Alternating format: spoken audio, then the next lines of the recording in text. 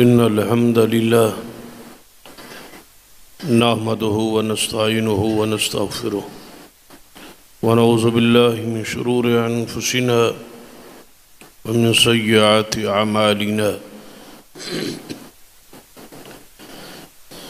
من يهد الله فلا مضل له ومن يضلل فلا هادي له أشهد أن لا إله إلا الله وحده لا شريك له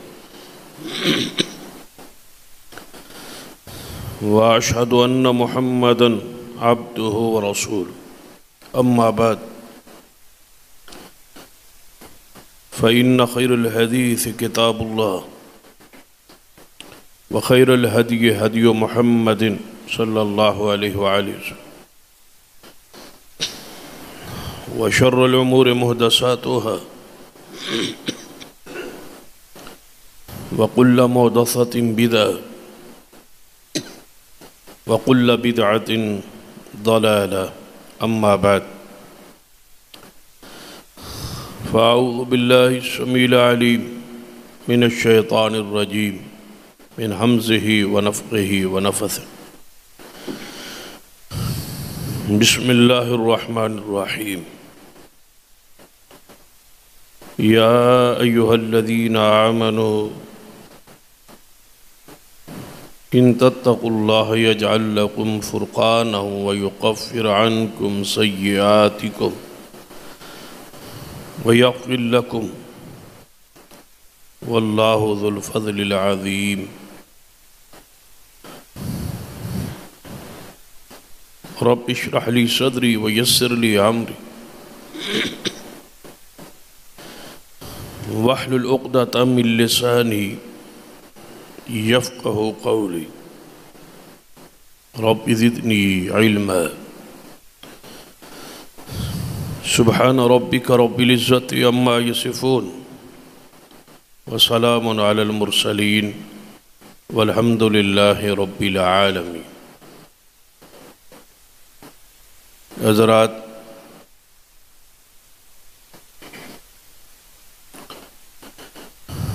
ماہ شعبان جو جاری ہے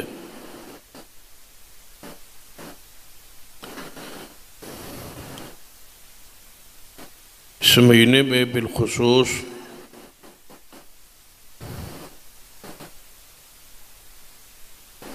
مدارس کی سالانہ تقریبات ہوتی،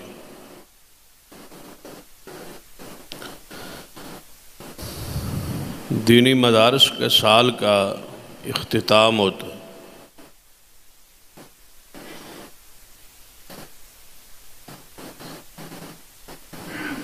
اور اکثر مدارس میں عام شعبان کے آخر میں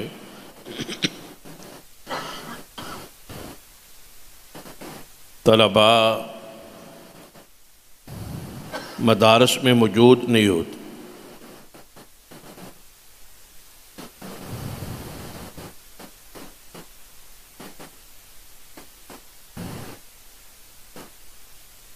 اس وجہ سے زیادہ تر لوگ دوست مقامی موجود ہوتے.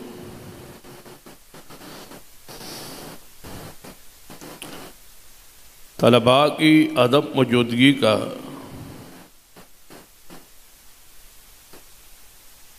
فائدہ اٹھاتے ہوئے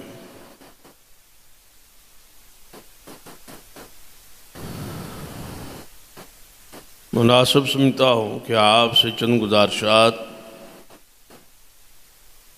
خطبہ جمعہ کی صورت میں کروں.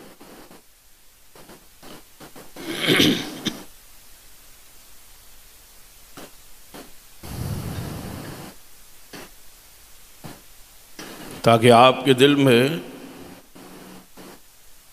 علم اور اہل علم کی اور طلباء کی ایک محبت اور عقیدت پیدا ہو.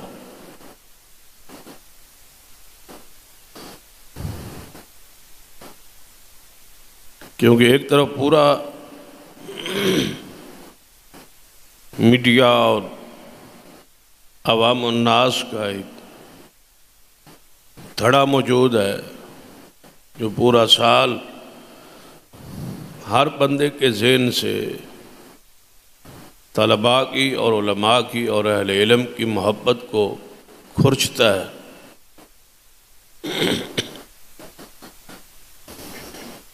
تاکہ یہ مدارس مفلوج ہوں، ختم ہو، اور ہر بندہ خود عالم اور مفتی بنے اور جو سمجھے اس پہ عمل کرے۔ کتابیں موجود ہیں، ان کے تراجم موجود ہے، تو پھر مدارس کی ضرورت ہی کیا رہے گی؟ ہر بندہ کتاب کو پڑھ سکتا ہے اور اس پہ عمل کر سکتا ہے۔ اس طرح کی غلط فہمیاں جو ہے وہ عوام الناس کے ذہن میں ڈالی جائے۔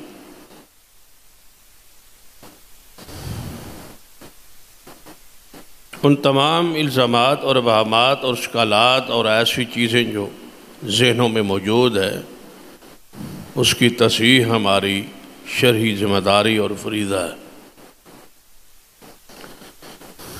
اسی حوالے سے چند گزارشات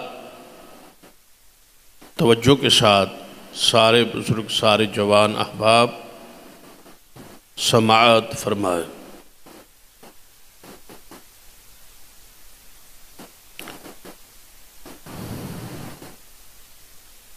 نبی رحمت صلی اللہ علیہ وسلم کی حدیث ہے، ایک وقت آئے گا علم جو ہے وہ اٹھ جائے۔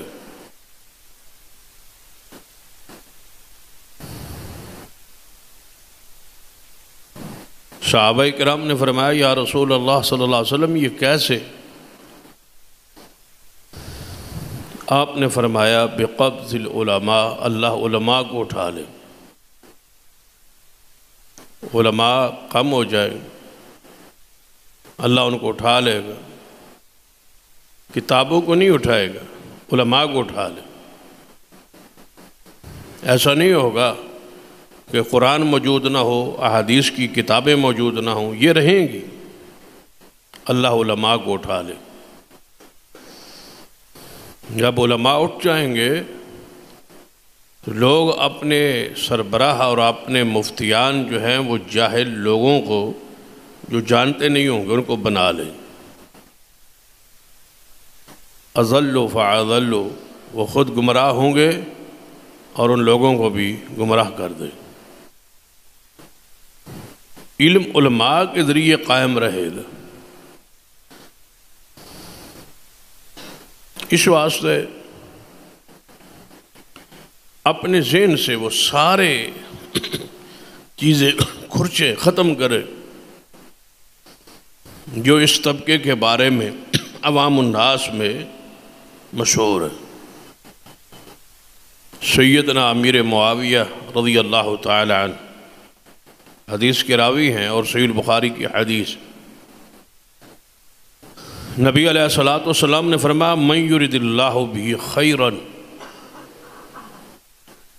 یفقہہ فی الدین، اللہ تعالیٰ آسمان پر جس بندے کے ساتھ خیر کا، بھلائی کا ارادہ کر لے، اللہ اس کو دین کی سمجھ دیتا ہے۔ اللہ آسمان پہ جس بندے کے ساتھ بھلائی کا، خیر کا ارادہ کر، تو کیا کرتا ہے اللہ تعالیٰ؟ اس کو مال دیتا ہے، دنیا دیتا ہے، کوئی عہدہ یا منصب دیتا ہے، ایسی بات نہیں۔ آسمان پر جس کے ساتھ بھلائی کا، خیر کا اللہ ارادہ فرمائے، یفقہہ فی الدین، اللہ اس کو دین کی سمجھ دیتا، دین کی مہارت، دین کا علم اللہ تعالیٰ اسے عطا کر دیتا، اس پہ لگا لیتا ہے، اس پہ چلا دیتا ہے۔ جب اللہ کسی بندے کے ساتھ بھلائی کا ارادہ کر،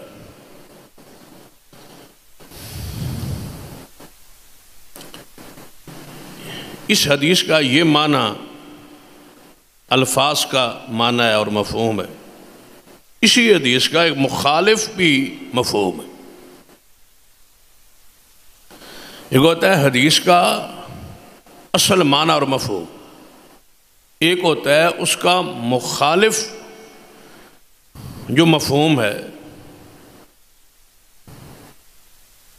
اور مخالف مفہوم لینا بھی صحابہ کرام کے اقوال و آثار سے ثابت۔ ذرا توجہ کریں گے تو بات آسان ہو جائے گی۔ نبی علیہ الصلوۃ والسلام کی حدیث ہے کہ جو شخص شرک پر مرے وہ جہنم میں جائے، جس بندے کو حالت شرک میں موت آ جائے وہ جہنم میں جائے۔ یہ کیا ہے؟ حدیث۔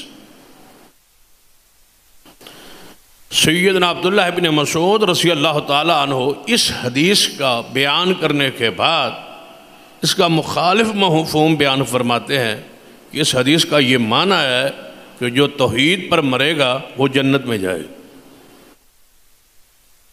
ذرا غور کریں، حدیث کیا ہے؟ جو شرک پر مرے وہ جہنم میں جائے۔ ابن مسعود فرماتے ہیں اس حدیث کا معنی کیا ہے کہ جو توحید پر مرے وہ جنت میں جائے۔ یعنی اس حدیث سے یہ اس کا مفہوم مخالف ہے کہ شرک پہ مرنا اگر جہنم ہے تو اس کا معنی یہ ہے کہ توحید پر مرنا پھر جنت۔ تو اس کا امام ابن حجر رحمۃ اللہ علیہ نے صحیح البخاری کی شرح فتح الباری میں اس کا مفہوم مخالف بیان کیا۔ فرماتے ہیں اگر اس حدیث کا یہ معنی ہے نا کہ جس کے ساتھ اللہ بھلائی کا ارادہ کرے اس کو دین کی سمجھ دیتا ہے، تو پھر اس کا مفہوم مخالف یہ ہوگا کہ جس کے پاس دین کا علم نہیں ہے اللہ نے آسمان پر اس بندے کے ساتھ بھلائی کا ارادہ ہی نہیں کیا۔ اللہ تعالیٰ نے اس کے لیے بھلائی اور خیر کا ارادہ نہیں۔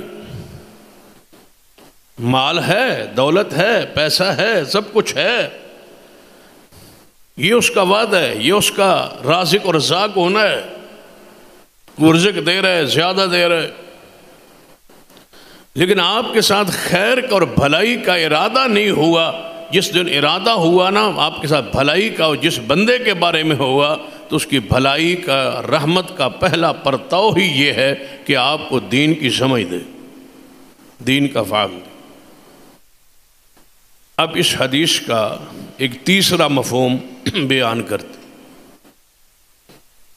دو مفہوم بیان ہو گئے کہ جس بندے کے ساتھ اللہ بھلائی کا ارادہ کرے اس کو دین کی سمجھ دیتا ہے، جس کے پاس دین کی سمجھ نہیں گویا اس کے ساتھ اللہ نے بھلائی کا ارادہ نہیں کیا۔ اور تیسرا مفہوم کہ جن جن کے پاس علم ہے، جس جس کے پاس دین کی سمجھ ہے، جس جس کے پاس اللہ نے دین کی بوجھ سمجھ دے دی ہے، اسے بشارت ہے، اسے مبارک ہے کہ اللہ نے اس کے ساتھ آسمان پر بھلائی کا ارادہ کر لی۔ اب چوتھا مفہوم بیان کرتے کہ جس بندے کے ساتھ، جس طبقے کے ساتھ، جس گروہ کے ساتھ اللہ تعالیٰ نے آسمان پر بھلائی کا ارادہ کیا ہوا ہے اور اس کو دین پہ لگا دیا ہے، سمجھ دے دیا ہے، علم دے دیا ہے، آپ نے زمین پر اس بندے کے خلاف شر کا دروازہ کیوں کھولا؟ کہ اللہ تعالیٰ تو آسمان پہ خیر کا ارادہ کر رہا ہے اور آپ اسے نفرت کر رہے ہیں، آپ اسے بغض رکھ رہے ہیں، آپ اسے برا کہہ رہے ہیں، آپ اس کی غیبت کر رہے ہیں، آپ اس کے لیے راستے بند کر رہے ہیں، آپ اس کے لیے روڑے اٹکا رہے ہیں، آپ اس کو غیبت اور چغلی کر رہے ہیں، آپ اس طبقے کو سے دور ہو رہے ہیں، آپ اس طبقے کے لیے پریشانی اور دکھ کا ذریعہ بن رہے ہیں، اور اس طبقے کے خلاف دل میں بغض اور عناد اور کینہ رکھے ہوئے ہیں جس طبقے کے بارے میں اللہ نے عرش پر بھلائی کا ارادہ کی۔ اب ذرا سوچیں کہ آپ کس طرف جا رہے ہیں؟ اللہ تعالیٰ کا فیصلہ کیا ہے؟ کیا ان آیات و احادیث پر آپ کا ایمان نہیں؟ اگر ہمارا ایمان ہے تو پھر ہم کس طرف جا رہے ہیں؟ یاد رکھیے، سرور کائنات محمد رسول اللہ صلی اللہ علیہ وسلم پر جو وحی نازل ہوئی، اس کا آغاز قرآن پاک پہلی جو سورت، اس میں 3 ہی تو گروہوں کا ذکر ہے۔ صراط الذین انعمت علیہم پہلا گروہ، اور دوسرا غیر المغضوب علیہم، اور تیسرا ولا الضالین۔ یہ 3 گروہ ہیں، یا یہ 3 راہیں، یہ 3 راستے۔ پہلا راستہ ہے ان لوگوں کا جن پر اللہ کا انعام ہو۔ ہم دعا کر رہے ہیں نماز میں، اللہ ان کے راہ پر لگا رکھ، اللہ ان لوگوں کے راہ پہ چلائے رکھ، اللہ ان کے ساتھ مجھے رکھ، ان کے ساتھ مجھے محبت دے، ان کے اندر میرا شمار کر، ان سے میرے دل میں محبت اور پیار ڈال۔ کن کے؟ اہدنا الصراط المستقیم صراط الذین انعمت علیہم، جن پر تیرا انعام ہے۔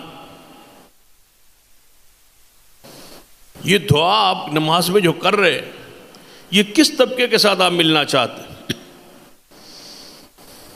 کس طبقے کے بارے میں دعا کر رہے ہیں؟ وہ کون سے طبقات ہیں، وہ کون سے بندے ہیں، وہ کون سا گروہ ہے، وہ کون سی شخصیات ہے جن کے بارے میں آپ نماز میں اللہ سے راہ حق مانگ رہے ہیں، اور ان کا ساتھ مانگ رہے ہیں، ان کی محبت مانگ رہے ہیں؟ یہ وہی طبقہ ہے جن کا ذکر قرآن میں موجود ہے، من النبیین والصدیقین والشہداء والصالحین۔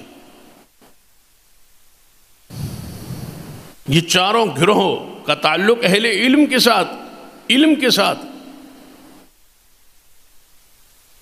نبوت سب سے بڑی علم والی،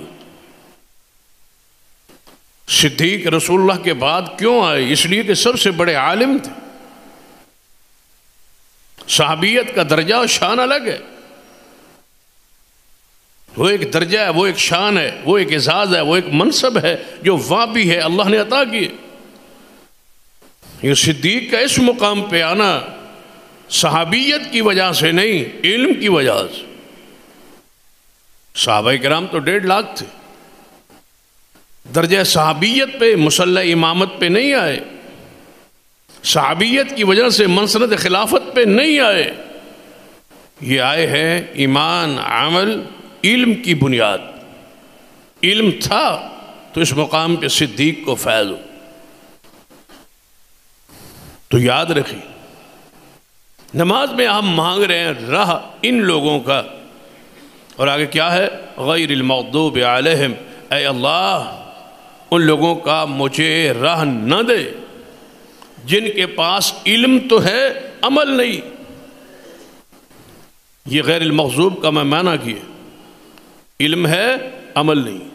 یہ یہودیوں کا راستہ، یہ یہودیت، یہودیوں کے پاس علم تھا، عمل نہیں تھا۔ والضالین، اور ضلالت اور گمراہ عیسائی تھے جن کے پاس علم نہیں تھا، اعمال کی بہتات تھی۔ اعمال بہت کرتے تھے عیسائی، اعمال میں بہت آگے تھے، لیکن اعمال اپنے نبی کی سنت کے مطابق نہیں تھے، وہ گمراہی کا شکار تھے۔ علم نہیں تھا ان کے پاس۔ ان راہوں سے بچو، اور اے اللہ جن پر تیرا انعام ہے اس راہ پہ رکھ۔ بتلاؤ، جب نماز میں ان لوگوں کا راہ مانگ رہے ہو تو نماز سے باہر اس طبقے کے خلاف ہردسرائی کیوں؟ نماز میں اسی طبقے کے پیچھے نماز پڑھ رہے ہیں ہم، یا عالم ہے، یا قاری ہے، یا طالب علم ہے، اس کے پیچھے نماز ہے، اور اسی کا راہ مانگ رہے کہ اللہ اسی راہ پہ چلا جس راہ پہ یہ ہمارا مصلی پہ کھڑا ہوا امام ہے، جس پر تیرا انعام ہے، جو ہمارا امام ہے، جو ہم میں سب سے افضل و بہتر ہے، علم میں آگے ہے، علم نے اس کو آگے کر دیا ہے، تو یا اللہ اس راہ پہ ہمیں بھی رکھ۔ اور فوراً سلام کے بعد اسی قول سے اور اسی دعا سے بغاوت کیوں ہے؟ سرور کائنات محمد رسول اللہ صلی اللہ علیہ وسلم، اصل میں ہم مدارس، علماء اور اہل علم کے خلاف کیوں ہیں؟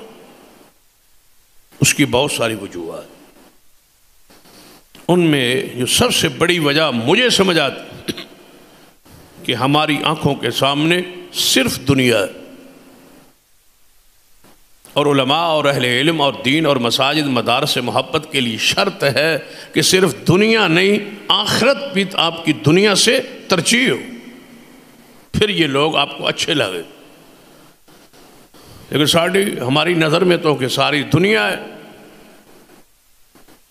اس لیے ہم سمجھتے ہیں کہ نفع وہ ہے جو دنیا ہے، کامیابی وہ ہے جو دنیا ہے، جبکہ دنیا کی آخرت میں کوئی حیثیت نہیں۔ امام اصمعی رحمۃ اللہ علیہ نے ایک بڑی پیاری بات لکھی، فرماتے ہیں قرآن پاک میں دنیا کو متاع کہا گیا۔ اگر آپ کی توجہ ہو اس جملے پر تو آپ حیران ہوں گے کہ ایک محدث نے، ایک مفسر نے، ایک لغت کے امام نے کیسی عظیم بات کی۔ قرآن پہ میں نے بڑا غور کیا، توجہ کی، تو سارے قرآن کے اندر دنیا کو اللہ نے متاع کہا ہے۔ متاع ہے، یہ دنیا عارضی متاع ہے، یہ عارضی فائدہ ہے، متاع کا لفظ بولا۔ فرماتے ہیں میں سوچنے پہ مجبور ہو گیا کہ متاع جو ہے، یہ لفظ جو عربی زبان میں استعمال ہوتا ہے دنیا کے لیے قرآن میں اکثر مقام پہ، میں اس کی گہرائی تک نہیں پہنچ پایا کہ اللہ نے ہر جگہ پر دنیا کو جب بھی ذکر کیا فرمایا متاع الدنیا، دنیا ایک متاع ہے، دنیا ایک عارضی فائدہ ہے۔ ہم اس کا معنی کیا کرتے ہیں؟ یہ عارضی فائدہ ہے، یعنی جہاں متاع کا لفظ ہوگا نا قرآن، ہم معنی کیا کریں گے؟ مترجمین، مفسرین کی دنیا ایک عارضی فائدہ ہے۔ فرماتے ہیں میں چاہتا تھا کہ اس کا ایسا معنی تلاش کروں کہ مجھے متاع کی حقیقت اس لفظ کی اصل پہچان ہو جائے۔ فرماتے ہیں میں فیصلہ کیا کہ عرب کے کسی ایسے علاقے میں جاؤں، بدوؤں کا علاقہ ہو، دیہاتی علاقہ ہو، پنڈ کا علاقہ ہو، اور وہ اصل عربی زبان کو جانتے ہو، کیونکہ جو لوگ مقامی ہوتے ہیں، لوکل ہوتے ہیں، اصل علاقے میں رہتے ہوتے ہیں، وہاں باہر کی علاقوں کا آنا جانا نہیں ہوتا زیادہ، تو وہ اپنی بولی اصل رکھتے ہیں۔ سرور کائنات محمد رسول اللہ صلی اللہ علیہ وسلم جب دنیا میں تشریف لے آئے، پیدا ہوئے، تو آپ کے خاندان نے کیا فیصلہ کیا تھا کہ طیف سے آگے بنو سعد ہے، وہاں ہم رسول اللہ کو بھیج دیتے، وہاں یہ سیدہ حلیمہ کے پاس رہیں گے، دودھ بھی پئیں گے، فضا اچھی ہے، کھلی ہے، ٹھنڈا علاقہ ہے، اور ساتھ ساتھ ان کی زبان کی فصاحت و بلاغت کہ عربی زبان پر کوئی ایسا لفظ نہ ہو ان کی زبان میں جو باہر سے آیا ہو، کیونکہ مکہ مکرمہ ایسا شہر تھا جہاں سے شام سے لوگ آتے، یمن سے لوگ آتے، ہر ملک سے لوگ آتے، بیت اللہ کے لیے آتے، زیارت کے لیے آتے، عمرہ کے لیے آتے، حج کے لیے آتے۔ وہ الفاظ یہاں رہ کے بول کے مقامی لوگوں میں داخل ہو گئے، ان کی زبانوں۔ تو فرماتے ہیں کہ میں نے سفر کرنا کا چاہا کہ میں جاؤں کسی عرب کے بدوؤں کے دیہاتی علاقے میں، وہاں سے جا پوچھوں کہ تم یہ جو لفظ بولتے ہو متاع، یہ کس کے لیے بولتے، کس کے لیے استعمال کرتے؟ فرماتے ہیں میں نے سفر شروع کر دیا، اور یاد رکھو اس مفسر کا، اس امام کا ایک سفر طویل ہے، کیا جاننا ہے؟ قرآن کے ایک لفظ کا معنی سمجھنا ہے، مبارک ہے یہ سفر۔ ہم اپنے سفروں پہ غور کریں اور اس طبقے کے سفروں پہ غور کریں جنہیں ہم برا کہتے، جن کے بارے میں ہمارے دل اور زبانیں صاف نہیں ہو رہی، معاشرے کی گندگی اور غلاظت اور نجاست اور یہ میڈیا کے معاملات دیکھ دیکھ کے ہم دور ہوتے جا رہے ہیں۔ اس لیے ضروری ہے کہ ذرا اپنے سینے کو اس حوالے سے کھولیں کہ آپ کس گناہ میں، بے لذت گناہ میں ہم کیوں شریک ہوتے جا رہے ہیں۔ ذرا غور فرمائے، کتنے سو سال ہو گئے ہوں گے اس مفسر کو گزرے ہوئے، ایک لفظ قرآنی کے معنی کو جاننے کے لیے سفر کیا ہے، اور آج اس کا خطبہ جمعہ میں ذکر ہو رہا ہے ان مبارک قدموں کا، اس سفر کا، اس گرد و غبار کا جو اس راستے میں پڑھا قرآن کا ایک معنی جاننے کے لیے جا رہے ہیں۔ اب ذرا اس پر وہ حدیث پڑھتے کہ جو شخص من سلک طریقا یلتمس فیہ علما، رسول اللہ نے فرمایا جو شخص ایسے راہ پہ چلے، ایسا سفر شروع کرے جس میں وہ علم تلاش کرے۔ علم کسے کہا جاتا ہے؟ ذرا اس پر ایک حدیث پڑھتے پھر بات کھلے گی اور سمجھ آئے۔ حدیث صحیح البخاری میں سرور کائنات محمد رسول اللہ صلی اللہ علیہ وسلم فجر کی نماز پڑھائی۔ فجر کی نماز پڑھانے کے بعد حضور کی عادت مبارکہ تھی کہ رخ مبارک صحابہ کی طرف کرتے اور فرماتے کہ کسی صحابی کو، کسی میرے مرید کو، کسی شخص کو کوئی خواب آیا ہو تو اپنا خواب بیان کرے، میں رسول اللہ اس کی تعبیر کروں۔ صحابہ کرام میں سے کسی کو خواب آیا ہوتا تو حضور تعبیر کرتے، اور اگر کسی اور کو خواب نہ آیا ہوتا اور حضور کو خود کوئی خواب دیکھا ہوتا تو اپنا خواب بیان کر دیتے اور اس کی تعبیر بھی فرما دے۔ اس دن آپ نے فرمایا میرے صحابہ، آج رات میں نے خواب دیکھا، اس خواب میں میرے پاس دودھ کا ایک پیالہ پیش کیا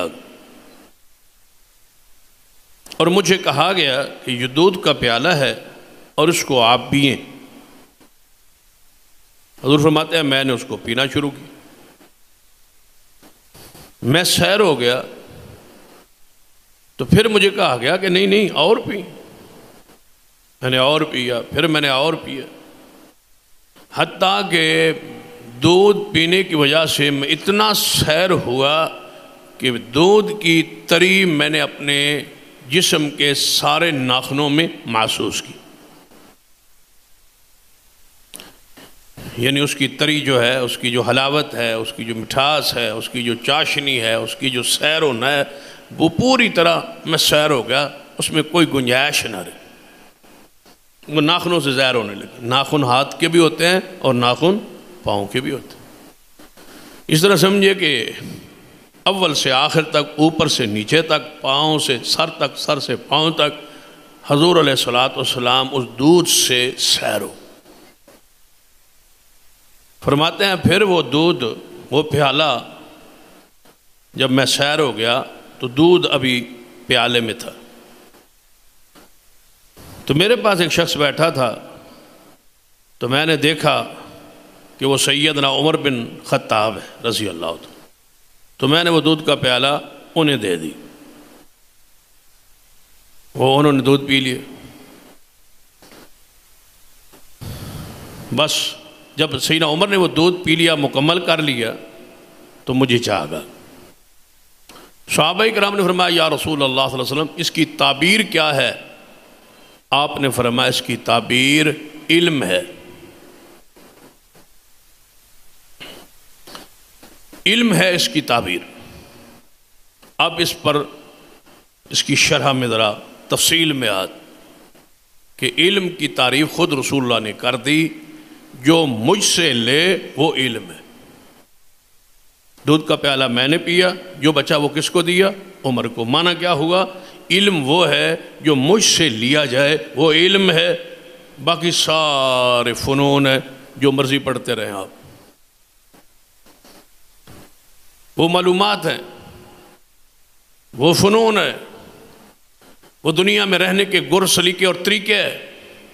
علم وہی ہے جو حضور سے لیا ہے، اور حضور کس سے لے؟ اللہ سے، اور پھر امت کس سے لے؟ رسول اللہ سے۔ اسے علم کہا جاتا۔ اب ذرا اس حدیث پہ آتے، جو شخص چلے ایسے راہ پر یلتمس فیہ علما، جس میں علم تلاش کرے۔ کیا معنی؟ ایسے راہ پہ چلے جس میں رسول اللہ کا چھوڑا ہوا علم تلاش کرے، علم قرآن، علم حدیث، اس کو تلاش کرے، اس کو لے، جہاں سے اس کو ملے اس کو لے۔ سفر وہی ہے جو اس کے لیے ہے، باقی سارے سفر مال کے لیے، دولت کے لیے، عورتوں کے لیے، دنیا کے لیے۔ یہ سفر ہے علم کا، یلتمس فیہ علما، اور یہ سفر سیدنا عبداللہ رضی اللہ تعالی عنہ، عبداللہ بن انیس رضی اللہ تعالی عنہ، یہ شام میں تھے۔ شام میں سیدنا جابر بن عبداللہ انصاری صحابی رسول، انہیں ایک حدیث پہنچی، فرمایا یہ حدیث تو مجھے پہنچی ہے، لیکن جس نے رسول اللہ سے سنی ہے اس کے ذریعے نہیں پہنچی۔ یعنی یہ حدیث مجھ سے پہنچی ہے، یہ صحابی ہیں، یہ حدیث مجھے پہنچی ہے دوسرے صحابی سے، اس صحابی نے کس سے سنی؟ دوسرے صحابی سے۔ ایک واسطے سے وہ حدیث رسول اللہ تک ہے۔ جابر نے حدیث سنی، درمیان میں ایک صحابی واسطہ ہے کہ اس نے فلاں صحابی سے سنی اور اس نے رسول اللہ سے سنی۔ تو آپ نے مدینہ میں پوچھا کوئی ایسا شخص ہے جس نے یہ حدیث خود رسول اللہ سے سنی ہو؟ درمیان میں واسطے جو ایک دو ہیں یہ ختم ہو جائیں۔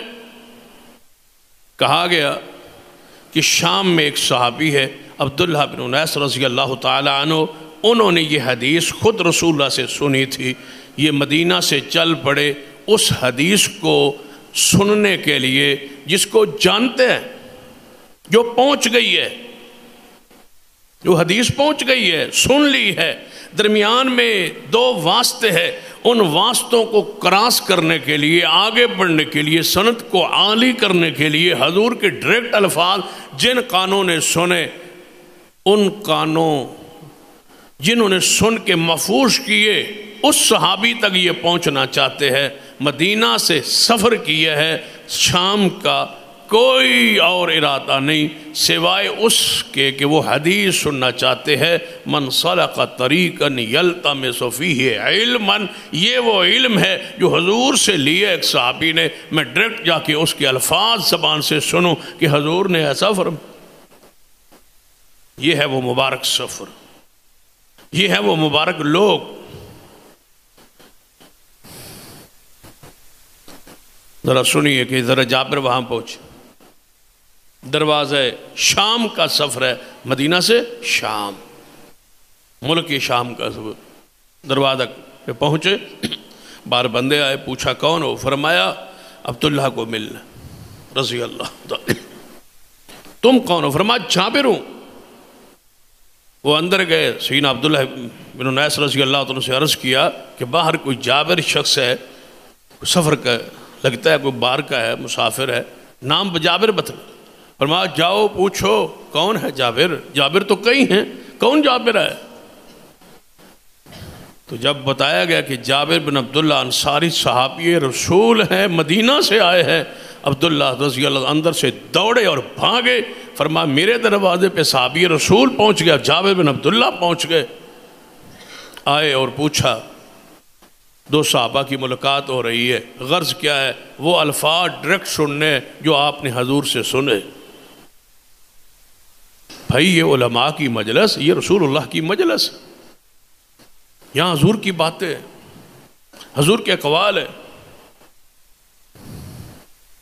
امام حسن بصری فرمایا کرتے تھے اگر دنیا کے سارے سکے اور سونے اور چاندی مجھے دے دیے جائے وہ بانٹنے میں مجھے مزہ نہیں ہے، جو مجھے قال قال رسول اللہ ایک دفعہ سن لوں یا کہہ لوں جو مجھے اس میں سکون محسوس ہوتا ہے۔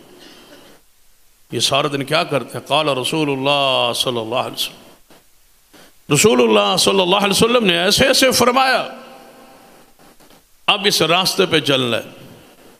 یہ جابر بن عبداللہ شام کا سفر کیا، سیدنا ابو ایوب انصاری رضی اللہ تعالیٰ عنہ نے مدینہ سے مصر کا سفر کیا ایک حدیث کو جاننے کے لیے جو علم میں تھی لیکن دوسرے صحابی نے ڈائریکٹ سنی تھی تاکہ اس سے سن۔ سیدنا ابو درداء انصاری رضی اللہ تعالیٰ عنہ یہ بھی صحابی فرماتے ہیں کہ اگر قرآن کی ساری آیات، یہ قول ان کا بڑا باکمال، فرماتے ہیں اگر سارا قرآن پورے کا پورے قرآن کی ہر آیت کا معنی، مفہوم، ترجمہ، تفسیر، حدیث، جو کچھ اس کے معنی ہے میں سب جان لوں، صرف ایک آیت رہ جائے جو میرے علم میں نہ ہو، اس کا معنی کیا ہے اور مفہوم کیا ہے، اور پھر مجھے بتلایا جائے کہ اس آیت کا معنی اور مفہوم جاننے والا شخص برق الغماد میں رہتا ہے۔ برق الغماد کہاں ہے؟ یہ حدیث کہاں بیان ہو رہی ہے؟ یہ قول کہاں بیان ہو؟ مدینہ میں برق الغماد ہے۔ وہاں سے چلیں، مکہ مکرمہ سے ہوتے ہوئے آپ یمن کی طرف چلیں، پھر یمن کا آغاز ہوگا، یمن سے پورا کراس کر کے جب یمن کے بارڈر پہ اگلے حصے پہ پہنچیں گے تو وہاں برق الغماد ایک بستی اور شہر کا نام ہے۔ فرماتے ہیں اگر مجھے پتہ چلے کہ سارا قرآن میں جانتا ہوں سوائے ایک آیت کے، ایک لفظ کے، اور مجھے پتہ چل جائے کہ اس کا معنی مفہوم جاننے والا عالم برق الغماد میں رہتا ہے، فرماتے ہیں اللہ کی قسم میں اس کو سفر کو شروع کر دوں گا تاکہ مجھے موت آنے سے پہلے قرآن کے اس لفظ کا معنی آ جائے، میں سفر کروں گا اور وہاں پہنچوں۔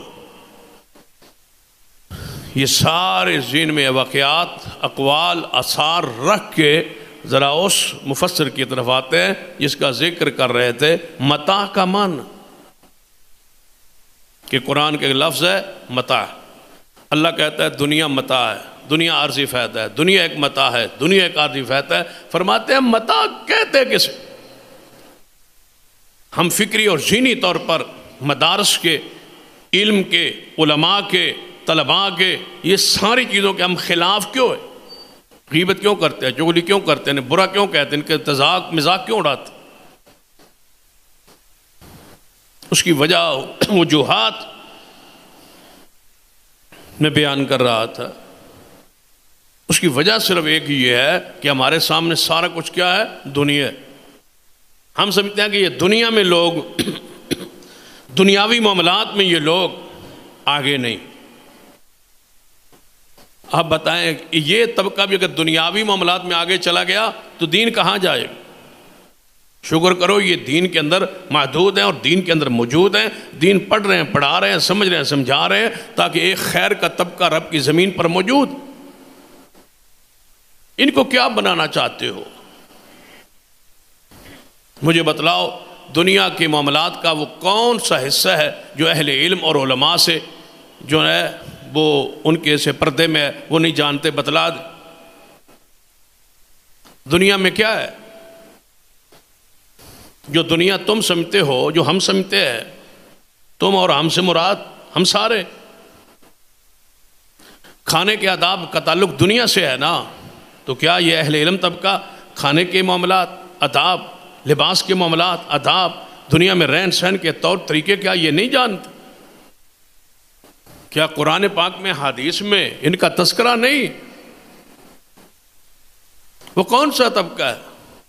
بھئی طلاق کے مسائل ہوں، آپ علماء سے رابطہ کریں، کھانے پینے کے معاملات ہوں، علماء سے رابطہ کریں، نماز روزے کے معاملات علماء سے رابطہ کریں، حج کا سفر عمرے کا سفر علماء سے رابطہ کریں، طلاق کے مسائل ہوں آپ علماء سے رابطہ کریں، نکاح کے مسائل ہوں آپ علماء سے رابطہ کریں، برادری میں صلح کا مسئلہ علماء سے رابطہ کریں، میراث کے معاملات ہوں وراثت کے معاملات آپ علماء سے رابطہ کریں۔ کبھی یہ طبقہ بھی آپ کے پاس گیا ہے کہ اس بارے میں یہ رہنمائی دیں ہمیں؟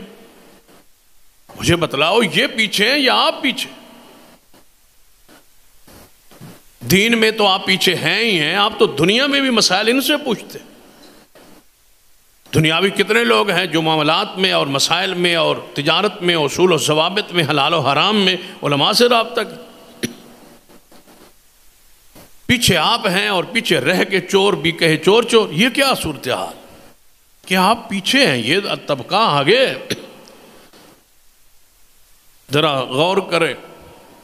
من سلک طریقا، جو بندہ چلے ایسے راہ پر، یلتمس فیہ علما، ہم چونکہ دنیا کو پسند کرتے ہیں، دنیا کی ترقی کو ترقی کہتے ہیں، دنیاوی عروج کو عروج کہتے ہیں، دین کی ہماری اہمیت نہیں، آخرت کی اہمیت نہیں، ہمارا چیپٹر نہیں، موضوع نہیں، ہمارا یہ اصل نہیں، ہم یہ چاہتے نہیں ہیں، اس لیے دنیا کی آنکھ سے دیکھ کے کہتے ہیں کہ یہ طبقہ ہم سے پیچھے اور ہم بہت آگے ترقی کر چکے۔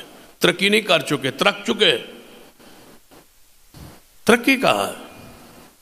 ذرا آتے ہیں اس مفسر اور اس امام کی طرف، فرماتے ہیں میں متاع کا معنی جانا۔ قرآن جو کہتا ہے دنیا متاع ہے، متاع ہے، یہ متاع ہے کیا؟ فرماتے ہیں میں نے سفر شروع کیا، سفر کرتا کرتا میں نے انتخاب کیا کہ اس علاقے میں، ہمارے اس علاقے میں کون سا دیہات ہے جہاں لوکل لوگ، مقامی لوگ رہتے ہوں اور پرانے لوگ رہتے ہوں اور کوئی نہ کوئی ان کی زبان خالص ہو، وہاں سے جا پوچھو۔ فرماتے ہیں میں جب وہاں پہنچا، ایک گاؤں کا انتخاب کیا، اس گاؤں میں جا پہنچا، لیکن اللہ کا امر جو اللہ کی راہ میں نکلے پھر اللہ تعالیٰ اس کے لیے آسان کر دے۔ حدیث کیا ہے؟ یلتمس فیہ علما، جو ایسے راہ میں نکلے جس میں علم حاصل کرے۔ جب علم کا لفظ آ جائے نا، اس وقت آپ نے یہ جو علوم ہے، فنون ہے عصری، ان کو ذہن میں جب ہم لاتے ہیں نا، تو اس وقت یہ ہمارا اصل معاملہ خراب ہوتا ہے۔ ہم سمجھتے ہیں کہ یہ علم ہے، وہ علم نہیں ہے۔ میں پوری بصیرت کے ساتھ اس کے علم ہونے کی نفی کرتا ہوں۔ یہ فنون ہے، چلو آپ ان کو جس انداز میں علم کہتے ہیں وہ کہتے ہیں، لیکن جس کو قرآن نے، حدیث نے، دین نے، شریعت نے، رسول اللہ نے علم کہا ہے، وہ ہے علم جو حضور سے لیا جائے، جو وحی کا علم ہو، دین کا علم ہو، قرآن کا علم ہو، سنت کا علم ہو، حدیث کا علم ہو، عقیدے کا علم ہو، اللہ کی معرفت ہو، رسول اللہ کی معرفت ہو، دین کی معرفت ہو، یہ ہے وہ علم جسے علم کہا گیا۔ اصل علم کا معلوم جانتے ہیں پہلے، جو میں پڑھ رہا ہوں، جو علم حاصل کر اس کا معلوم کیا ہے، یعنی جو پڑھوں گا معلوم کیا ہو۔ ایک بندہ میڈیکل پڑھتا ہے، اس علم کا معلوم کیا ہے کہ وہ بندوں کے بارے میں، بیماریوں کے بارے میں، ان چیزوں کے بارے جانے گا۔ ایک انجینئرنگ کر رہا ہے تو اس کے علم کا معلوم کیا ہے۔ اور جو ہمارا علم ہے کتاب و سنت کا، دین کا، مدارس کا، اس کا معلوم کون ہے؟ اللہ کی ذات۔ معلوم کون ہے؟ محمد مصطفیٰ کی ذات۔ اصل چیز تو ہوتی ہے کہ جو پڑھ رہے ہیں اسے حاصل کیا ہوا، اس علم کا معلوم کیا ہوا، تمہارا معلوم کیا ہے اور اس علم کا معلوم کیا ہے، جوڑ ہی کوئی نہیں، تقابل ہی کوئی نہیں۔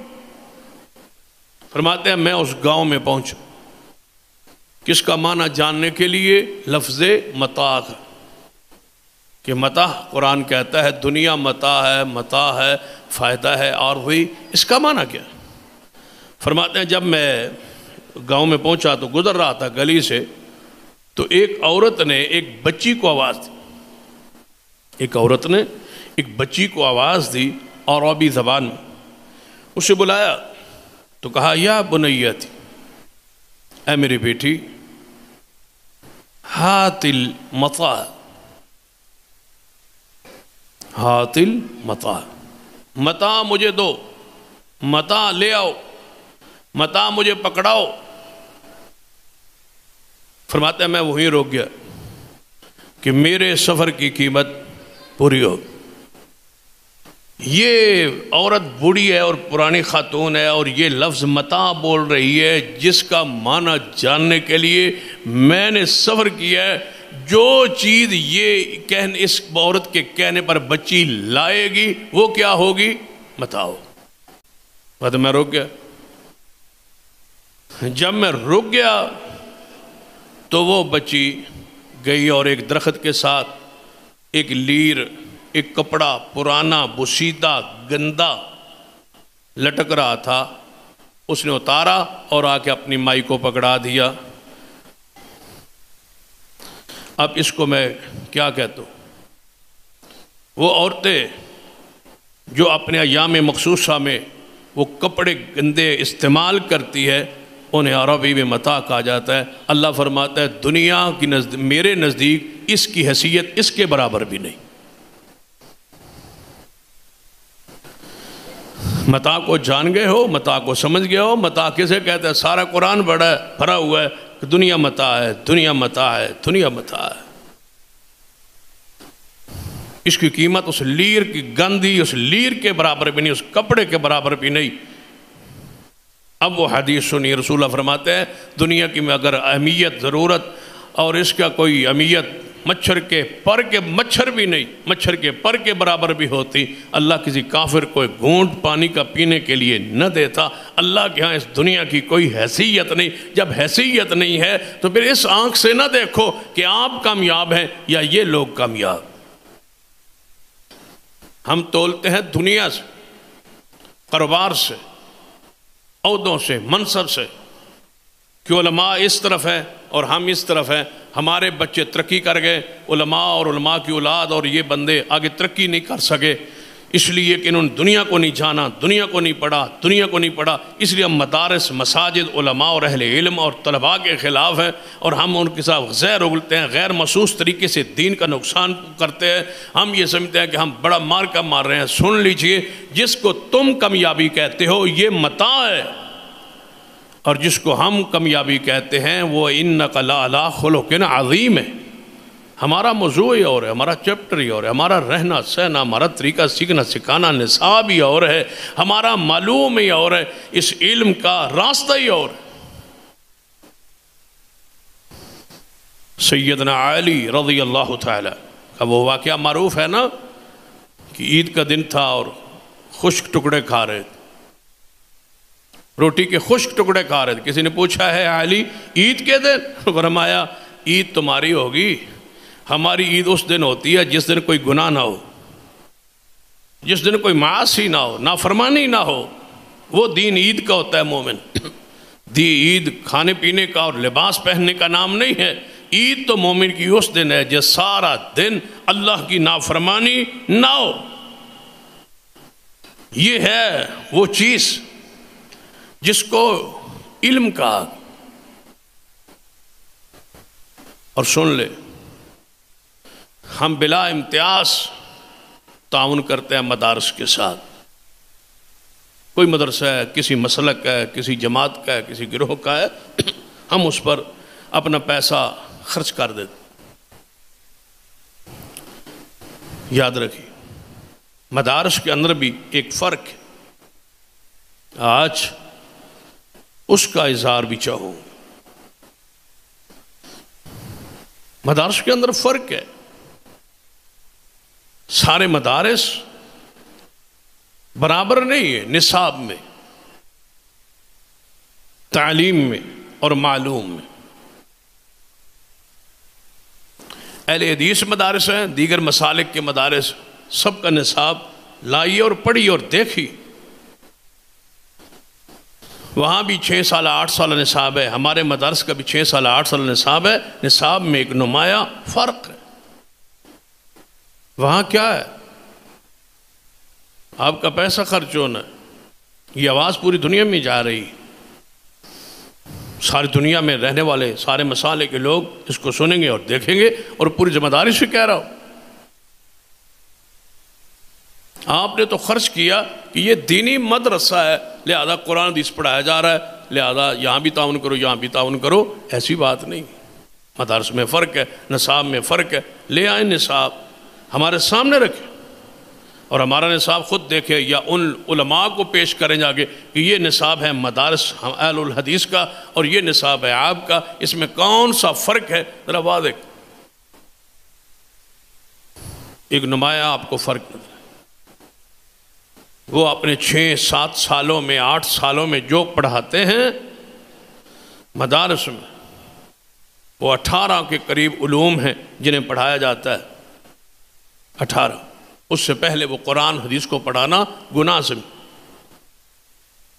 کہتے ہیں پہلے نہیں پڑھانا، پہلے 18 علوم پڑھانے ہیں تاکہ قرآن و حدیث ڈائریکٹ اگر یہ پڑھیں گے تو یہ گمراہ ہو جائے۔ ان کو پہلے ہم نے 18 علوم پڑھانے،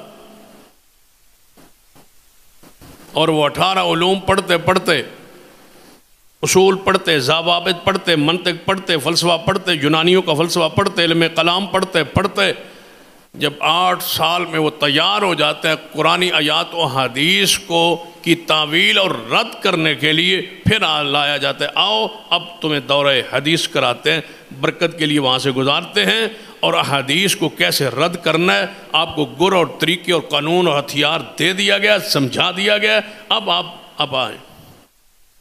دنیا میں کوئی ایسا شخص نہیں ہے جو ڈائریکٹ سیاستہ اپنے طلباء کے سامنے رکھ سکے، سوال ہی پیدا نہیں ہوتا کہ بچوں کو کہے کہ یہ مشکات ہے پہلے سال شروع کرے، یہ نسائی ہے، یہ ابن ماجہ ہے، یہ موطا مالک ہے، یہ صحیح البخاری ہے، یہ صحیح مسلم ہے، اس کو پڑھے، نہیں، سوال ہی پیدا نہیں پڑھا سکتے، اس لیے کہ پوری سیاستہ ان کے عقائد و نظریات کے خلاف، پورا قرآن ان کے عقائد و نظریات اور اعمال کے خلاف، تو کیسے آگے چلے؟ اس لیے وہ 7 سال 8 سال پہلے 18 علوم پڑھاتے ہیں جن کا تعین انہوں نے کیا ہوا ہے قرآن و حدیث کو رد کرنے کی۔ آپ نے تو بار ٹائٹل دیکھا کہ دینی مدرسہ ہے، آپ نے جا کے حصہ ڈال دی۔ یہ حصہ قیامت میں پوچھا جائے، آئیں ہمارے مدارس، جو مدارس ہی کہہ رہا ہو، پہلے دن بچہ داخل کرائیں، کلاس پہلی میں بٹھا کے جائیں اور شام پوچھیں کہ آج تم نے حدیث پڑھی ہے یا نہیں۔ پہلے دن حدیث نہ پڑھی ہو تو ہم مجرم۔ پہلے دن ہی رسول اللہ کی حدیث قال قال رسول اللہ صلی اللہ علیہ وسلم، ہمارے علم کا آغاز ہی سیدنا عمر فاروق سے ہوتا ہے۔ عمر بن الخطاب رضی اللہ تعالی عنہ فرماتے ہیں میں نے رسول اللہ صلی اللہ علیہ وسلم سے سننا، حضور نے فرمایا انما الاعمال بالنیات، اعمال کا دار و مدار نیتوں پر ہے۔ یہاں سے حدیث کا، علم کا، مدارس کا آغاز ہو رہا ہے، باقی سوال ہی پیدا نہیں ہوتا۔ 7 سال 8 سال حدیث رسول پڑھائی جائے، سوال ہی پیدا نہیں ہوتا، تفسیر پڑھائی جائے، سوال ہی پیدا نہیں۔ قرآن حدیث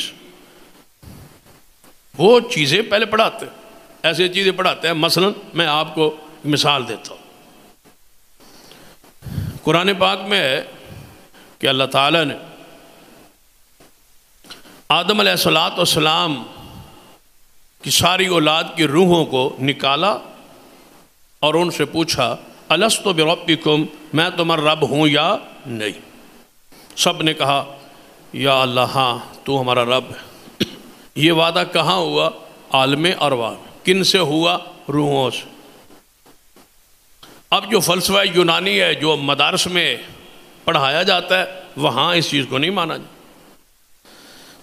اب اس آیت کا رد، اس آیت کی تعویل و تعبیر کیسے کرنی ہے، پہلے 7-8 سال آپ کو سمجھانا پڑے گا۔ ایک جوہر ہوتا ہے اور ایک عرض ہوتا ہے۔ جوہر وہ ہوتا ہے جس کا وجود ہو، اپنے قدموں پہ کھڑا ہو۔ عرض وہ ہوتا ہے جس کا وجود نہ اور نظر نہ آتا ہو۔ یہ فلسفہ پڑھایا جائے۔ اب کیا پڑھائیں گے؟ کہیں گے کہ روحیں پہلے ہوں جسم بعد میں ہوں، یہ ہو ہی نہیں سکتا۔ جسم بنا نہیں اور روحیں بن گئی، یہ نہیں ہو سکتا۔ پھر مثال دیں گے، ایک چینی کا دانہ ہے، چینی کا دانہ ہے، اس میں کیا ہے؟ مٹھاس۔ مٹھاس ہوگی تب جب دانہ ہوگا، دانہ نہیں تو مٹھاس نہیں۔ پہلے دانے کا ہونا ضروری ہے، پھر مٹھاس کا ہونا ضروری ہے۔ دانہ جو ہے وہ جوہر ہے، مٹھاس اس کا عرض۔ ایک چیز کڑوی ہے، کڑواہٹ پہلے چیز ہے پھر کڑواہٹ۔ کڑواہٹ نہیں ہو سکتی جب تک چیز نہ ہو، لہذا روح جو ہے عرض ہے، جسم جو ہے وہ جوہر ہے۔ جسم ہوگا تو روح ہوگی، جب روح نہیں، جسم نہیں ہے تو روح کہاں ہے؟ یہ قرآن کی اس آیت کا یہ معنی نہیں لینا، یہ اس کا معنی اور ہے۔ ہم نے کیا کہا کہ جو اللہ جوہر بنانے پر قادر ہے اور وہ عرض بنانے پر بھی قادر ہے۔ جوہر کے بغیر عرض کو قائم رکھے وہ قادر ہے۔ اللہ نے ایسا کہہ دیا ہے، رسول اللہ نے ایسا فرما دیا ہے، اب ہم وہی مانیں گے جو اللہ بیان کرے گا، محمد مصطفیٰ بیان۔ یہ ہے ہمارا علم، یہ ہے ان مدارس کا علم۔ وہ کہتے ہیں کہ سبحان اللہ، الحمدللہ، اللہ اکبر۔ ہم کہتے ہیں قیامت والے دن ان کا وزن ہوگا، وہ کہتے ہیں ان کا وزن کیسے ہوگا؟ وہاں یہ پڑھایا جاتا ہے، یہاں یہ پڑھایا جاتا ہے۔ وہ کہتے ہیں کلمات کا وزن کیسے ہوگا، نماز کیسے تلے گی، روزہ کیسے تلے گا؟ عقل نہیں مانتا، لہذا عقل نہیں مانتا، انکار کر۔ یہ ہے وہ علوم جو ان مدارس میں پڑھائے جاتے۔ ہمارا علم جو ہے وہ اس پر قائم ہے کہ جو قرآن نے کہا، جو کچھ حدیث رسول نے کہا، جو اس کا معنی مفہوم محدثین نے سمجھا، صحابہ نے سمجھا، وہ حق ہے۔ حضور نے فرمایا ترازو ہوگا، ہم نے کہا ترازو ہوگا۔ حضور نے فرمایا اعمال تولے جائیں گے، ہم نے کہا تولے جائیں گے۔ حضور نے فرمایا کلمات تولے جائیں گے، تولے جائیں۔ یہ آج تک انکار کرتے رہے، اور اب جو ہیں وہ باتیں کہتے ہیں فضا میں، ہوا میں جی موجود ہیں، جی محفوظ ہیں، جی وہ آواز یہاں سے نکلتی ہے جی منہ سے، جہاں امریکہ پہنچتی ہے جی یہ ساری الفاظ وہاں پہنچ سکتے ہیں۔ اب مانتے ہیں، جب دنیا میڈیا سامنے آیا، سارے معاملات سامنے آئے، جانتے ہیں ہمارے محدثین نے اس وقت بھی کہا تھا یہ سب کچھ حق ہے۔ آج لوگ پریشان ہیں کہ ہم اپنے ان اقوال کی، بزرگوں کی اقوال کی تعبیر کیا کریں۔ ہم آج بھی اس پر مطمئن ہیں کہ جو 1400 سال پہلے کہا تھا آج بھی وہی کہتے ہیں کہ اللہ اقوال کو بھی محفوظ رکھنے پر قادر ہے، اللہ اعمال کو محفوظ رکھنے پر بھی قادر۔ تولا جا رہا ہے، تولا جائے گا، سبحان اللہ کو تولا جائے گا، الحمدللہ کو تولا جائے گا، لا الہ الا اللہ کو تولا جائے گا، الوزن یومئذ الحق۔ پڑھ لیجیے، یہ ہے وہ علم، اس کے بارے میں آپ مدارس آل الحدیث کی حقیقت کو جانیں اور سمجھیں۔ یہ بڑے با مرتبہ لوگ ہیں، مدارس کے علماء اور طلباء اور اساتذہ۔ سیدنا عمر فاروق، عمر بن خطاب رضی اللہ تعالی، یہ جا رہے اصفہان کے علاقے میں، وہاں دیکھا کہ مکے کا گورنر نافع بن عبد الحارث پہنچا ہو۔ ایسے ہے نا جیسے کوئی سربراہ مملکت وہاں آئے تو وہاں کسی صوبے کا گورنر بھی آ جائے، پتہ نہ ہو، رابطہ نہ ہو۔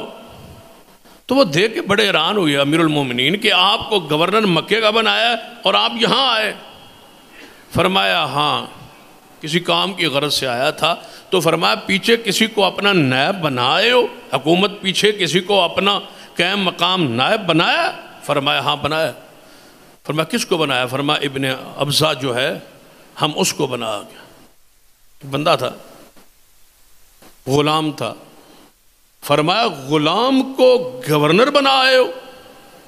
فرمایا ہاں۔ فرمایا کیوں؟ فرمایا جب میں مکہ سے نکلنے لگا نا تو میں نے اپنا قائم مقام بنانا تھا، تو میں نے پورے مکے پہ نظر دوڑائی تو قرآن پاک اور وراثت کا سب سے بڑا عالم میں نے اس غلام کو پایا، میں نے علم کی وجہ سے اس کو گورنر بنا دی۔ حضرت عمر نے سن کے کیا کہا؟ ایسا کیوں کیا؟ نہیں، فرمایا سچ کہا تھا محمد مصطفیٰ صلی اللہ علیہ وسلم، سچ کہا تھا ان اللہ یرفع بہذا الکتاب اقواما، اللہ اس قرآن کے ذریعے کئی قوموں کو بلند کر دے۔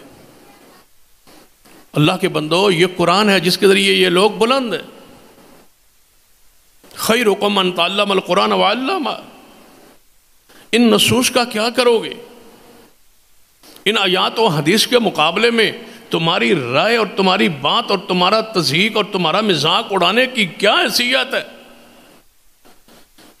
کبھی محفل و نشست میں بیٹھ کے آپ نے فنکاروں کی، گلوکاروں کی، اداکاروں کی، طوائفوں کی، بدماشوں کی فحاشی و بے حیائی، اپنے بچوں کو، قوم کو، ملک کو تباہ کرنے والوں کا بھی کبھی غلہ اور غیبت اور چغلی کی ہے؟ مجھے بتاؤ تمہیں اس خیر کے گروہ کے علاوہ کوئی بندہ نہیں ملتا؟ تمہاری مجلس کا موضوع علماء اور طلباء اور اہل علم اور مدارس کیوں ہوتے؟ یہ ان لوگوں سے بھی گئے گزرے، انہیں فنکار کہتے ہو، انہیں گلوکار کہتے ہو، انہیں اداکار کہتے ہو، ان کے ڈیزائن بناتے ہو اور اس طبقے کا مذاق اڑاتے ہو جو قال اللہ و قال رسول رات دن تمہیں خیر اور بھلائی اور امر بالمعروف کا درس اور سبق لے کے بیٹھے۔ پتہ ہے اس علم کی شان اور مقام کیا ہے؟ ذرا سوچو گا، اس بات پر ذرا غور کرو کہ محمد مصطفیٰ صلی اللہ علیہ وسلم کتنے بڑے علم والے ہوں۔ کوئی اندازہ ہو سکتا ہے؟ کوئی ہم اندازہ لگا سکتے ہیں؟ آپ سے بڑا عالم، آپ سے بڑا علم والا اللہ کی مخلوق میں کوئی ہو نہیں سکتا۔ وہ بھی کیا کہتے ہیں؟ وَقُلْ رَبِّ زِدْنِي عِلْمًا، اللہ میرے علم کو زیادہ کر دے، علم کو زیادہ کر دے، علم کو زیادہ کر دے۔ وہ علم وحی کا ہے، قرآن کا ہے، سنت کا، حدیث کا ہے۔ جب حضور اس مقام پہ فیض ہو کے علم کی اضافہ کی دعا مانگ رہے ہیں، آپ ان لوگوں کے ساتھ کیوں نہیں بیٹھتے؟ آپ حضور سے بڑے؟ نعوذ باللہ۔ آپ کا درجہ، آپ کی حیثیت ہماری کیا ہے کہ ہم بےزتی سمجھے؟ ایک تاجر، ایک دکاندار، ایک بڑی عمر کا ہے اور ایک منصب کا پر بیٹھے، ایک سیٹ اور کرسی پر بیٹھا ہے، وہ کلرک ہے، وہ جناب ملازم ہے، وہ علماء سے بیٹھنا پسند نہیں کرتا، وہ کہتا ہے کہ یہاں نہیں بیٹھنا۔ آخر بتاؤ تمہاری حیثیت کیا ہے؟ رسول اللہ صلی اللہ علیہ وسلم وَقُلْ رَبِّ زِدْنِي عِلْمًا دعا کر رہے ہیں کہ اللہ میں محمد دعا کرتا ہوں میرے علم میں اضافہ کر۔ کبھی حضور نے دنیا کے لیے یہ کہا ہو کہ اللہ میرے کاروبار میں، میرے مال میں اضافہ کر؟ حضور جب بھی مانگتے ہیں علم مانگ رہے ہیں، کس سے؟ اپنے رب سے۔ وَقُلْ رَبِّ زِدْنِي عِلْمًا، محبوب فرمائیے کہ اے اللہ میرے علم میں اضافہ فرم۔ موسیٰ علیہ السلام خطاب کر رہے، کسی نے پوچھا ہے موسیٰ، خطاب بڑا متصر کن تھا، جب پورے مجمع پہ چھا گئے نا موسیٰ علیہ السلام، کلیم اللہ تھے پھر، تو ایک بندہ کھڑا ہوا ہے، موسیٰ آپ سے بڑا کوئی عالم ہو سکتا ہے؟ فرمایا نہیں، میں ہی ہوں، اور کون پھر اس وقت ہو سکتا ہے؟ وہی آ گیا، موسیٰ آؤ چلتے ہیں، آؤ چلیے ذرا دکھائیں آپ کو کسی زمین پر ایک عالم موجود ہے۔ موسیٰ علیہ السلام کو یہ نہیں کہا گیا کہ ایک وہاں اس کو یہاں لاتے ہیں، یہ بھی نہیں کہا گیا کہ وہ علم آپ کو دے دیتے ہیں، نہیں، اللہ نے فرمایا جاؤ اس عالم کے پاس جا کے سفر کرو اور ملو اور مل کے اسے علم حاصل کرو۔ رب نے قیامت تک کے لیے بتا دیا علم جب بھی ملے گا علماء سے ملے، جاؤ علماء سے، جاؤ خضر علیہ السلام کے پاس، ان کے پاس جا کے علم حاصل۔ یاد رکھیے علم ہوگا تو آپ کی عبادات، اہل علم ہیں تو آپ کے پاس علم ہے، اور علم ہے تو عبادات۔ بڑی شان کیوں نہ ہو، بڑا مقام کیوں نہ ہو، علم کے بغیر کوئی حیثیت۔ اور علم سے مراد کتاب و سنت کا، دین کا علم۔ وہ حدیث ذرا سامنے رکھے، میرے اور آپ کے محبوب جناب محمد صلی اللہ علیہ وسلم مسجد نبوی میں جماعت کروا کے نماز پڑھا کے بیٹھے، ایک نکر پہ ایک کونے پر صحابہ ساتھ بیٹھے، ایک شخص آیا، کون آیا تھا؟ وہ صحابی رسول آیا ہے مسجد نبوی میں آ کے حضور کے سامنے جماعت سے رہ گیا تھا کہ نماز پڑھی ہے، نماز پڑھ کے حضور کی خدمت میں حاضر ہوا ہے، آپ کو سلام پیش کیا ہے، آپ نے فرمایا ارجع فصلی فإنک لم تصلی، جہاں تو نماز پڑھ، تو نے نماز نہیں پڑھی۔ صحابی رسول ہے، درجہ اپنا، صحابیت اپنا، مقام اپنا، علم کی حیثیت کو سن لیجئے۔ فرمایا جا تیری نماز نہیں ہوئی، تو نے نماز پڑھی ہی نہیں۔ دوبارہ جا کے پڑھ کے آیا، یا رسول اللہ صلی اللہ علیہ وسلم سلام کیا، حضور نے فرمایا جا دوبارہ نماز پڑھ، پھر جا کے پڑھی۔ جب تیسری مرتبہ آیات کہتا ہے یا رسول اللہ، آپ فرمایا تو نے نماز نہیں پڑھی۔ یا رسول اللہ جو علم تھا، جو معلوم تھا، جو جانتا تھا وہ پڑھ لیے، جہاں کمی ہے، کوتاہی ہے، سستی ہے، یہاں میرے علم میں کوئی چیز نہیں ہے، جہاں کوئی خطا غلطی کا تصور ہے وہ مجھے بتا دے، مجھے علم دے۔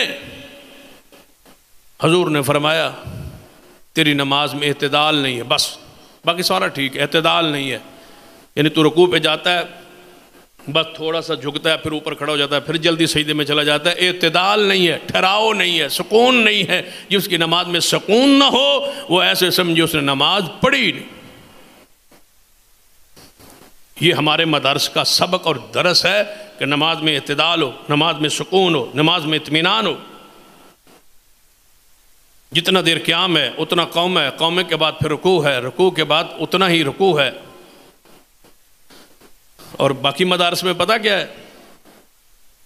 یہ جو رکوع ہے نا، لفظ رکوع، اس کا معنی ہے انحنا، جھکنا، بس تھوڑا سا جھک گیا تو رکوع ہو گیا۔ یہ وہاں پڑھائی ہو رہی، ضروری نہیں ہے کہ وہاں جھکا ہی رہے، بس تھوڑا سا جھک گیا رکوع ہو گیا۔ کئی بندوں کو آپ نے دیکھا ہوگا ایسے کرتے ہیں، پھر جھٹکا دیتے ہیں، پھر نیچے چلے جاتے ہیں۔ یہ کہتے ہیں کہ ان کے مذہب اور ان کے دین اور ان کے مدرسے اور کی پڑھائی یہ ہے کہ جھکنا ہے، بس تھوڑا جھک جائے تو رکوع ہو گئے۔ ہم کہتے ہیں رکوع نہیں ہوا، رکوع سے مراد جھکنا نہیں ہے۔ جھکنے کا معنی یہ ہے ایسے جھکنا ہے جیسے محمد مصطفیٰ جھکے ہیں، اور اتنی دیر جھکنا ہے جتنے رسول اللہ دیر جھکے ہیں۔ صرف جھکنے سے رکوع نہیں ہوگا جب تک ویسے نہ جھکیں اور اعتدال سے نہ جھکیں جیسے محمد مصطفیٰ نے کیا ہے۔ یہ ہے مدارس، یہ ہے وہ چیز، یہ ہے وہ سبق، یہ ہے وہ درس جو ہمارے ہم نے کچھ سمجھا ہی۔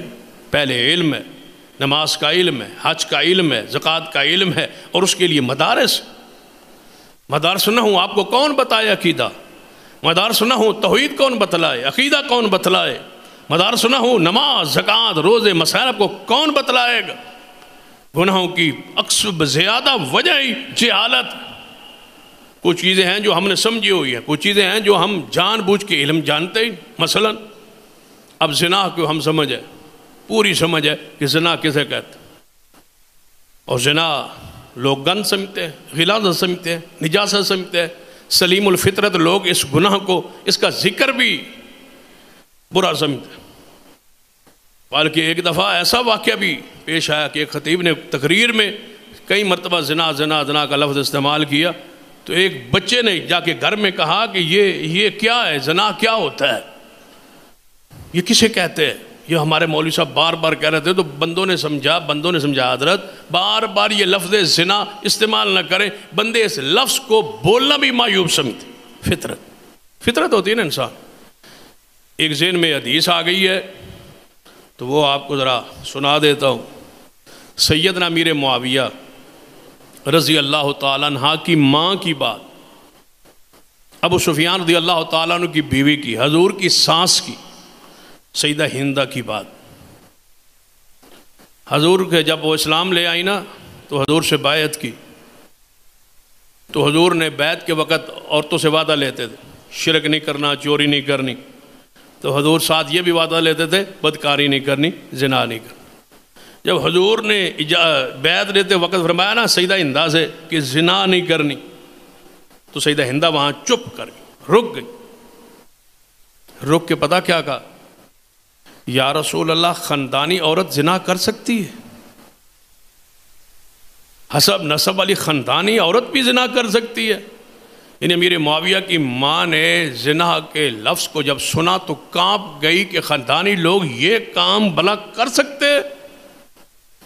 اور آج اس خاندان کو برا گئے تو ہم کیسے برداشت کر سکتے ہیں؟ وہ تو اتنے سلیم الفطرت خاندان ہے سیدنا امیر معاویہ رضی اللہ تعالی۔ زنا کو ہم برا سمجھتے ہیں، گند سمجھتے ہیں، یعنی اس لفظ کا استعمال بھی ہم مناسب نہیں سمجھتے۔ تو پتہ ہے سود کو پھر ہم کیوں جائز سمجھتے ہیں؟ حضور فرماتے ہیں سود کا 1 درم 36 مرتبہ زنا سے زیادہ جرم ہے۔ توجہ ہے، زنا سے 36 مرتبہ زنا سے برا ہے۔ 36 مرتبہ زنا کرنا اتنا جرم نہیں ہے جتنا سود کا 1 درہم کھانا جرم ہے۔ تھوڑا سا اس سے آگے بڑھتے ہیں، حضور فرماتے ہیں اس سے بڑا بھی سود نہ بتلاؤں آپ کو۔ پہلا گناہ کیا ہے؟ زنا۔ دوسرا سود کھانا 36 مرتبہ بدکاری سے زیادہ ثقیل گناہ ہے۔ اس سے بھی بڑا، اس سے بھی بڑا، پھر سن لو، اس سے بھی بڑا سود، جو زنا سے، سود سے بڑا سود نہ بتلاؤں، صحابہ کانپ گئے کہ اس سے بڑا سود کیا ہو سکتا ہے؟ جب سود کا 1 درہم 36 مرتبہ بدکاری سے زیادہ جرم ہے، اس سے بڑا کیا ہوگا؟ حضور نے فرمایا کسی مسلمان شخص کی توہین کرنا، بے عزتی کرنا، ذلیل کرنا، یہ 36 مرتبہ زنا سے بھی برا ہے۔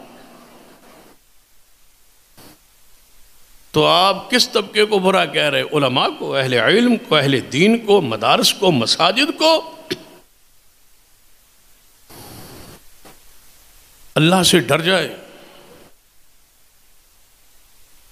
آئے امام مالک رحمۃ اللہ علیہ فرمایا کرتے تھے کہ سوال کرنا، کوئی جوابات دینا علم نہیں ہے، علم ایک نور ہے جس کے ذریعے آپ کو حق اور باطل کے درمیان فرق سمجھ آ جائے، یہ علم ہے۔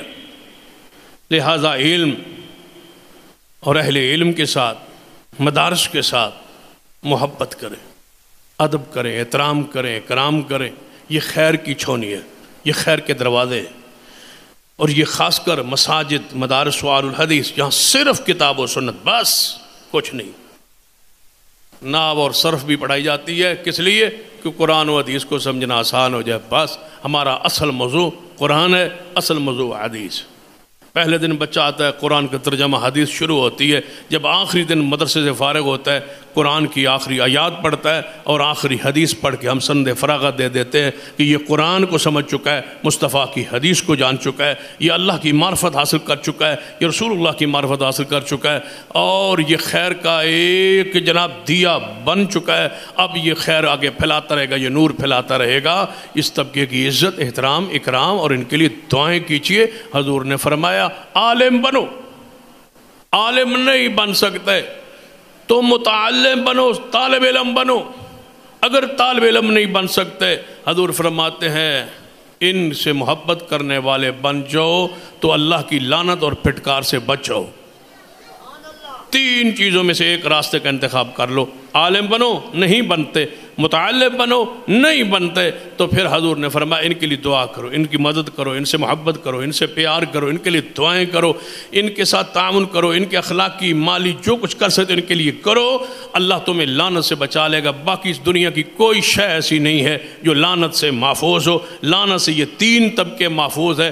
تمہارا بھی ان کے ساتھ ہو جاؤ۔ عالم بن گئے ہو تو ٹھیک ہے، اللہ کی رحمت ہے، مبارک ہے کہ آپ عالم ہیں۔ نہیں، طالب علم بن جاؤ، طالب علم نہیں بن سکے پھر ان سے محبت کرنے والے بن جاؤ۔ اس طبقے میں شمار ساری انسانیت کا ہو سکتا ہے، سارے مسلمانوں کا ہو سکتا ہے، ہر بندہ اس میں داخل ہو سکتا ہے۔ لعنت، پھٹکار کا، دھتکار کا راستے سے بچنا چاہتے ہو، ایک ہی راہ ہے کہ ان کے ساتھ محبت، ادب، احترام۔ اور اس حدیث پہ بات ختم کرنے لگا ہوں۔ میرے اور آپ کے محبوب جناب محمد صلی اللہ علیہ وسلم تشریف فرما ہے، اور ایک صحابی بوڑھا ہے، کمزور ہے، لاٹھی پہ ٹیک لگا کے آ رہا ہے حضور علیہ السلام کے پاس۔ حضور کے پاس پہنچا، لمبا سفر کر کے لاٹھی پہ ٹیک لگا کے، کمزور ہے، بوڑھا ہے، آیا حضور کے پاس۔ جب حضور کے پاس پہنچا نا، پہنچتے کہنے لگا یا رسول اللہ صلی اللہ علیہ وسلم، میں بوڑھا ہوں، میری ہڈیاں کمزور ہو گئی ہیں اور میں کوئی کام کاج نہیں کر سکتا، میں ایک بات پوچھنے آیا ہوں، ایک بات سیکھنے آیا ہوں، مجھے ایسا کوئی عمل بتا دیجئے جس سے میں جنت میں چلا جاؤں، جو مجھے نفع دے دے، جو مجھے فائدہ دے دے، مجھے ایسی چیز بتا دے۔ حضور نے وہ چیز تو بتائی۔ آپ نے فرمایا میرے پیارے، تو اور کس کام کے لیے آیا ہے؟ کوئی اور کام بھی یہاں تھا یا رسول اللہ؟ اور کوئی کام نہیں تھا، صرف یہی مسئلہ پوچھنے گھر سے چلا ہوں، لاٹھی پہ ٹیک لگا کے بڑھاپے میں یہ آیا ہوں، کوئی چیز بتا دیں، کوئی عمل بتا دیں جیسے جنت میں چلا جاؤں۔ حضور نے فرمایا جب سے تو گھر سے چلا ہے میرے پاس پہنچنے تک راستے میں کوئی درخت، کوئی ایسی شے اور کوئی پتھر ایسا نہیں آیا جس نے تیرے لیے اللہ سے مغفرت کی دعا نہ کی ہو۔ یہ وہ علم ہے۔ اور ان کے لیے حضور فرماتے ہیں دریاؤں میں کوئی مچھلی، سوراخوں اور بلوں میں کوئی چیونٹی ایسی نہیں ہے جو علم کے راہ پہ قرآن سنت سیکھنے والے جو نکلتے ہیں ان کے لیے دعا نہ کریں۔ جب وہ دعا کرتے ہیں تم نفرت کیوں کرتے ہو؟ چیونٹیاں دعا کر رہی ہیں اور تم نفرت کر رہے ہو، مچھلیاں دعا کر رہی ہیں اور تم نفرت کر رہے ہو، پتھر مغفرت کی دعائیں کر رہے ہیں اور تم نفرت کر رہے ہو، درخت ان کے لیے دعائیں کرتے ہیں۔ اس لیے یہ خیر کا طبقہ ہے، ان کے ساتھ محبت کیجیے، ادب کیجیے، احترام کیجیے۔ اللہ ہمیں اس راہ پر چلنے کی توفیق عطا فرمائے۔ اقول قولی ھذا واستغفر اللہ لی ولکم ولسائر المسلمین وآخر دعوایا الحمد للہ رب